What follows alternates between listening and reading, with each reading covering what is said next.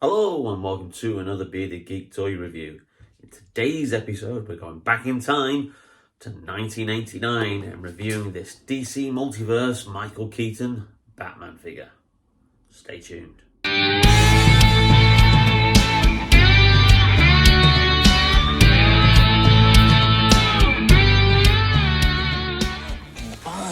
No, it's all over the pavement.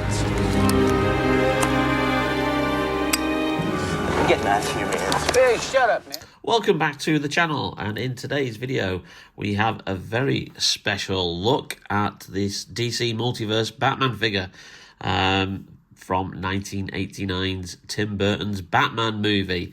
Obviously a huge plus if you're a big 1989 Batman fan, and also a big fan of Michael Keaton's version of the Caped Crusader. Obviously, we have recently reviewed the Christian Bale Batman Begins multiverse figure, and that's this guy here. So obviously click on the link and you'll see him in the playlist. And we have previously reviewed a Michael Keaton Batman figure, which was this guy, who was obviously from The Flash. The 2023 much maligned movie that was potentially one of the last films of the DCEU, and certainly the last appearance of Ben Affleck as Batman, and saw the return of Michael Keaton to the role after 21 years. 21 years? No, 31 years. Wow. Oh my God, that makes me feel even older. So we'll have a comparison of the two figures once we get that one out of the packaging. Speaking of the packaging, let's just move Bale to one side there. It's the standard DC Multiverse box. Now, in the last video, I commented about it saying moving parts at the top. And I think I've had a bit of a Mandela effect here, because I always thought it said points of articulation. But looking back at like old packaging and stuff and old videos, it's always said moving parts. I was like, have I slipped into another dimension or something? That's just really weird how I've always misremembered it. Or perhaps that's Punto's articulation there. Perhaps I've always like seen that as, read that as English. I just find that really, really bizarre. Anyway, that's sideline. On the side, you've got Batman from Batman 1989.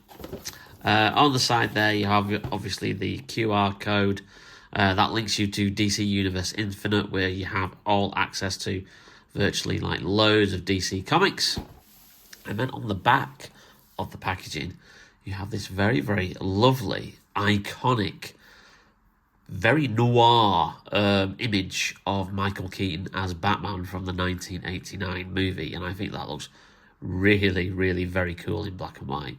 So I won't be surprised if before Todd McFarlane loses the license, he produces a variant figure of the character in black and white. I won't put it past him. Now, this is not the last Michael Keaton version of Batman that we're going to get. We're going to get a Batman Returns one later on this year. They announced a Batman Returns DC Multiverse wave at one of the Comic Cons earlier this year. At Toy Fair, actually, I think it was. So that, and this guy was originally released with the 1989 version of the Batmobile, which I almost got. It slipped through my fingers. A website was advertising it. They said it was damaged packaging. It was down to 75 quid because of that, because they said that the outer packaging was a little bit damaged. I hesitated because usually it was 90 quid and it came with the figure and obviously the full size version of the Batmobile. And yeah, it went. You know, I did not pull the trigger, and I've regretted that ever since. I keep looking for that, but that set with the 89 Batmobile and the Keaton figure now goes for 150, 200 quid on the secondary market. There's no way I'm paying that. So that's why I bought this one instead. Got it off Amazon for the recommended retail price of $24.99, which was all good. And obviously I got another Ben Affleck Batfleck figure, which is the variant from the Flash movie, just to take it over that free packaging thing, because that was only $9.99. So, yeah, there you go. The things you do to get free postage and package. Anyway, enough about the figure, or the box even. Let's open the box and have a look at the figure. And as standard, once again, you get the inner packaging with lots of iconic DC comics, comic covers, and also you've got your stand and your trading card.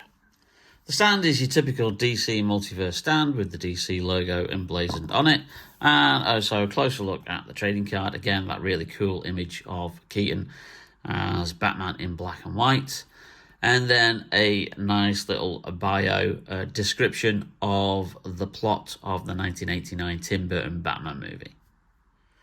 And before we pop him out of the inner packaging, you can see, obviously, he comes with quite a large selection of extras. We've got 1, 2, 3, 4. We got 2 extra pairs of hand and then another hand, which is bizarre. So we don't get 3 pairs of hands. We get 2 pairs of hand and then another hand. We get the Batarang, we get the Bat grapple gun, we get 2 ninja throwing stars, which I don't recall him ever having in the movie. We've got the remote control that he uses to obviously control the Batmobile. And then we got these strange, well, what look like walking sticks, but all will become apparent once I pop him out of the packaging.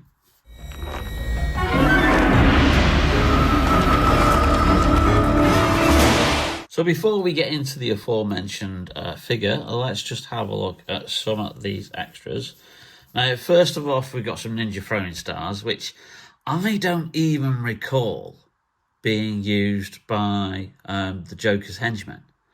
There's a scene where he fights a guy wielding katanas, but I don't recall ninja throwing stars. So yeah, perhaps I might have to give the 89 Batman another watch. But there you go. You get 2 ninja throwing stars. You get this Batarang, which is very, very cool and very much in the design of Keaton's Batarang as it appeared. But again, we've got this, common thing. That Batarang is far too chunky. Just look at that. Compare it to the one that I have with the Flash figure. Now, I don't actually think this came with the figure. I don't recall. I think I nicked this from the NECA Batman that I had. And obviously that's in silver as well. But look how thin that is and how much easier that would fit into, the figure's hand. So again, far too chunky, I think. And again, probably the same with the grapple gun, which is a lovely detailed and a nice bit of paintwork there on the grapple.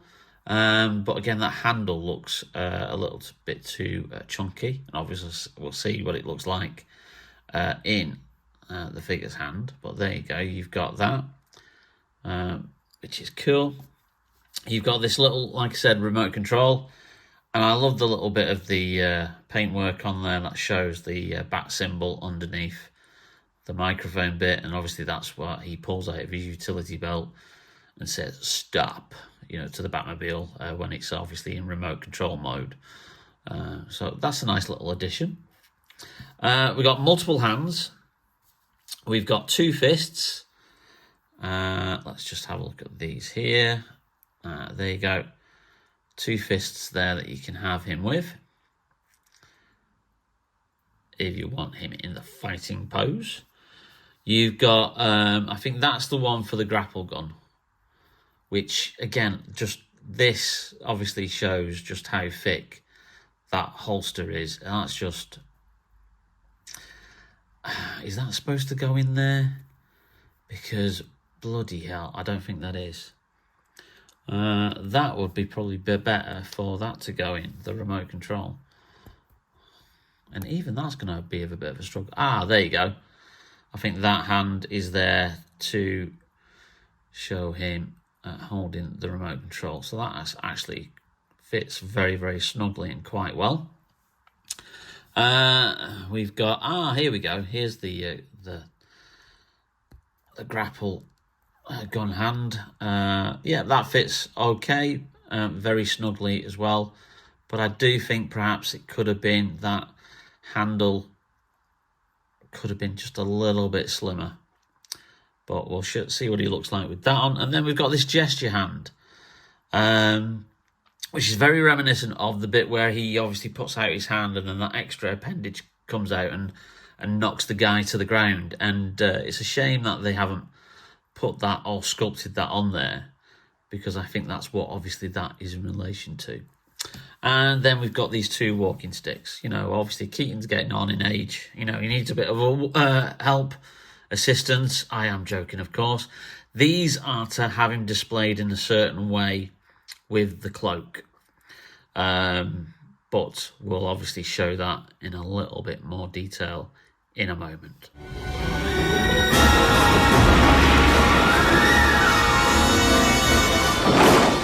But here is the figure, and yeah, I absolutely love this. There is one major criticism, and I kind of agree with it. It's because obviously Keaton's Batman suit in both the 89 film and Batman Returns in 92 was very much moulded all the way down, so he couldn't really turn his head. Now, what they've done is obviously they've done this as a separate piece, and this was an issue obviously with the Batman Begins figure as well. Again, that was moulded as a separate piece.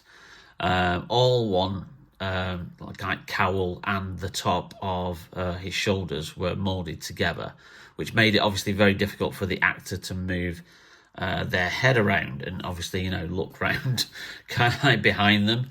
Now, obviously, McFarlane hasn't done that. They haven't sculpted it as one piece to obviously enable you to move the head should you choose to.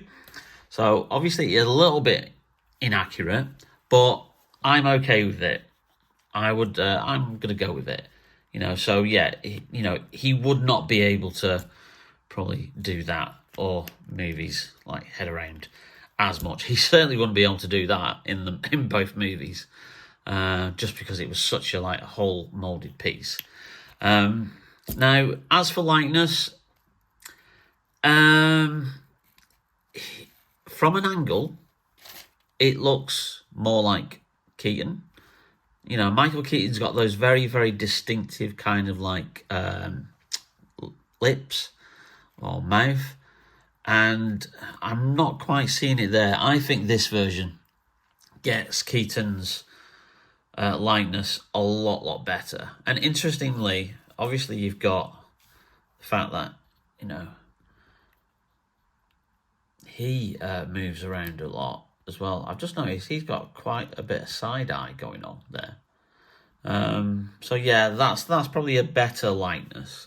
And obviously this is based on his Flash appearance, and it's the kind of suit was inspired by Batman Returns, hence the different kind of emblem on there.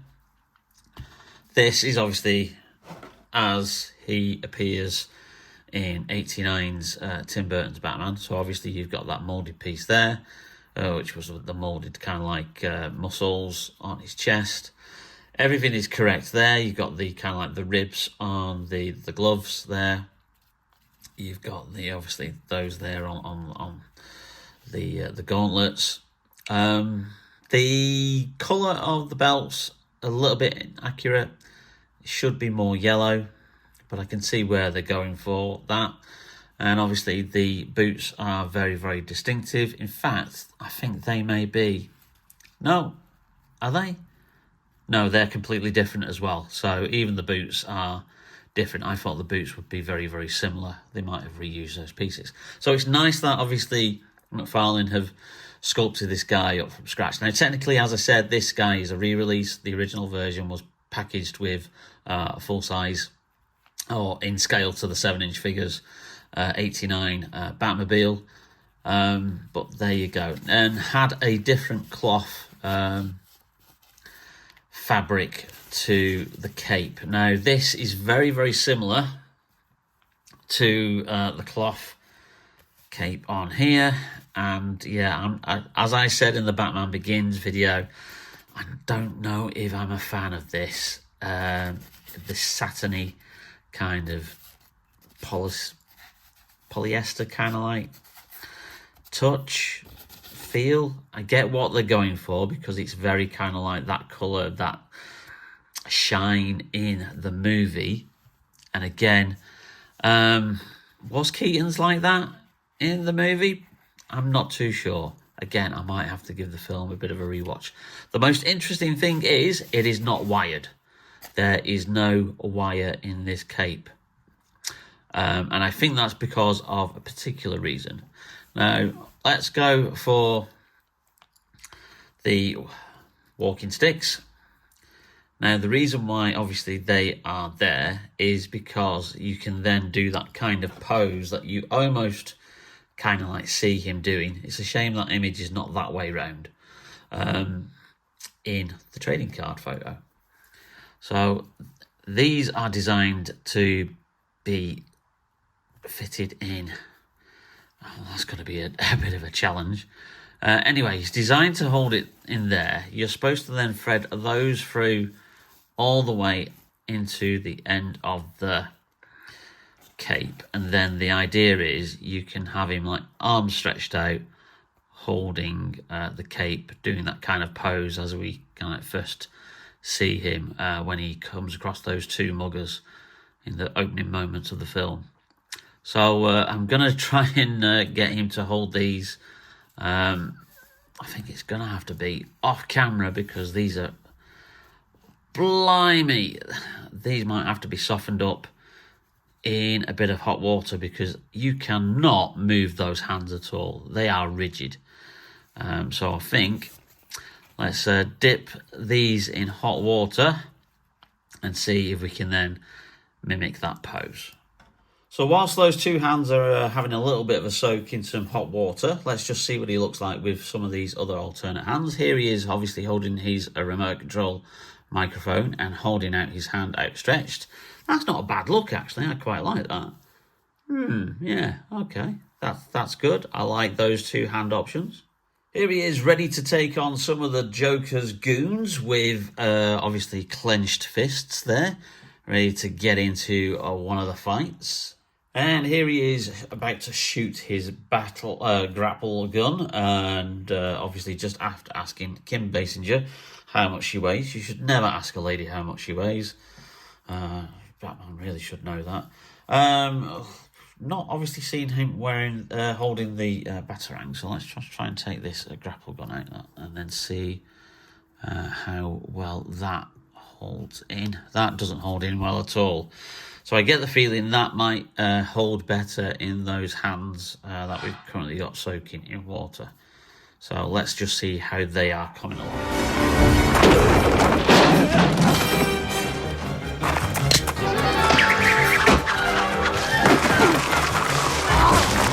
So here we have the two hands holding these kind of like canes.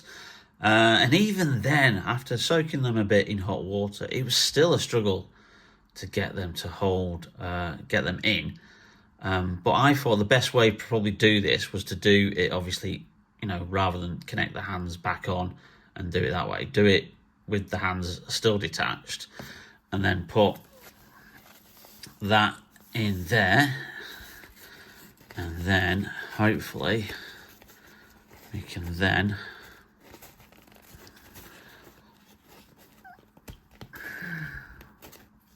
click those hands back in place. This is going to be a bit of a struggle, I think. Let's just run that through. In there. And get that all there, and then just like moving back. Ta-da!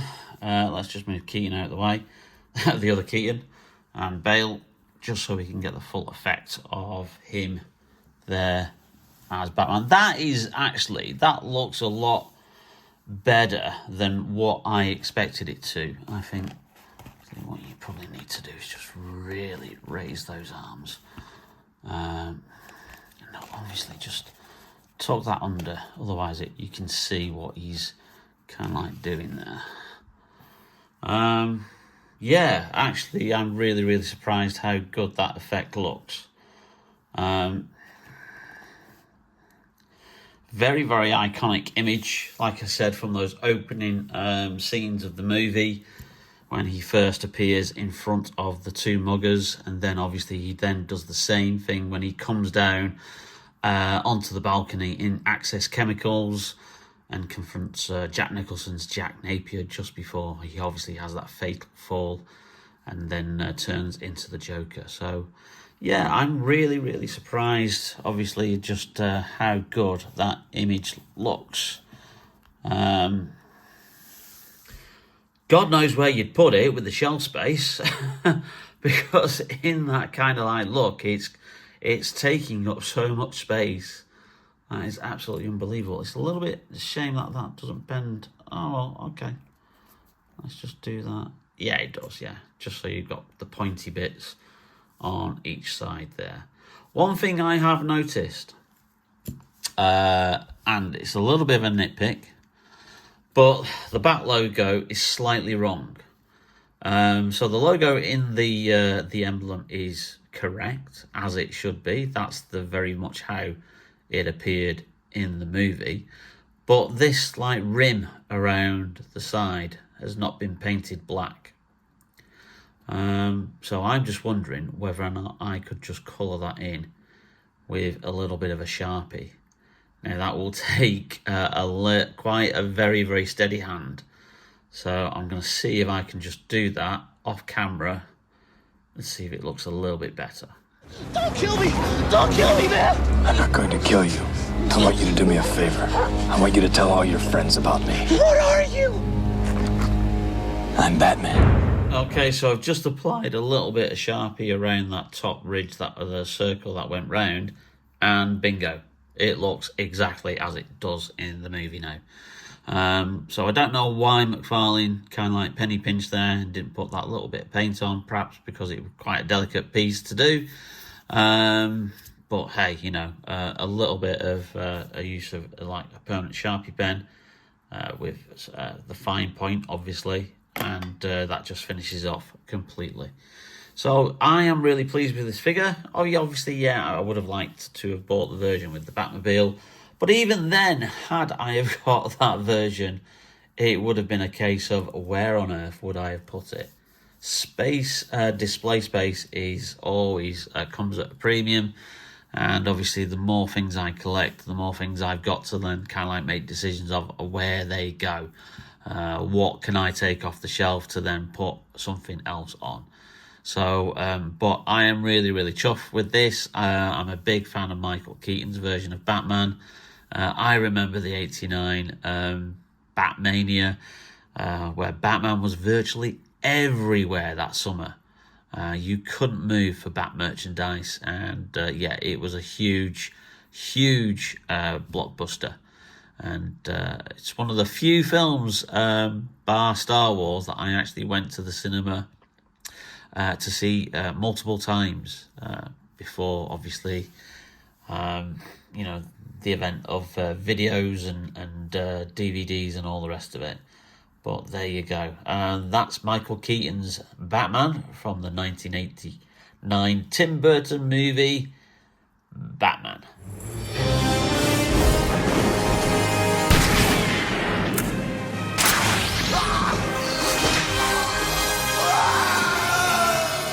Well, I hope you enjoyed that video, and if you did, then please leave us a like. It really does help out the channel. If you've not yet hit that subscription button or that notification bell to be notified whenever we upload any brand new videos, then do so, because it really does help us out. And thank you once again to everybody who subscribes and supports the channel. If you want to support the channel further, you can even buy me a coffee in the link in the description below. It will be very much appreciated, but you don't have to. Just keep enjoying the channel, keep sharing, keep liking, and keep watching. In the meantime, take care, stay safe, and we'll see you very soon with Bearded Geek Toy Reviews. Bye now.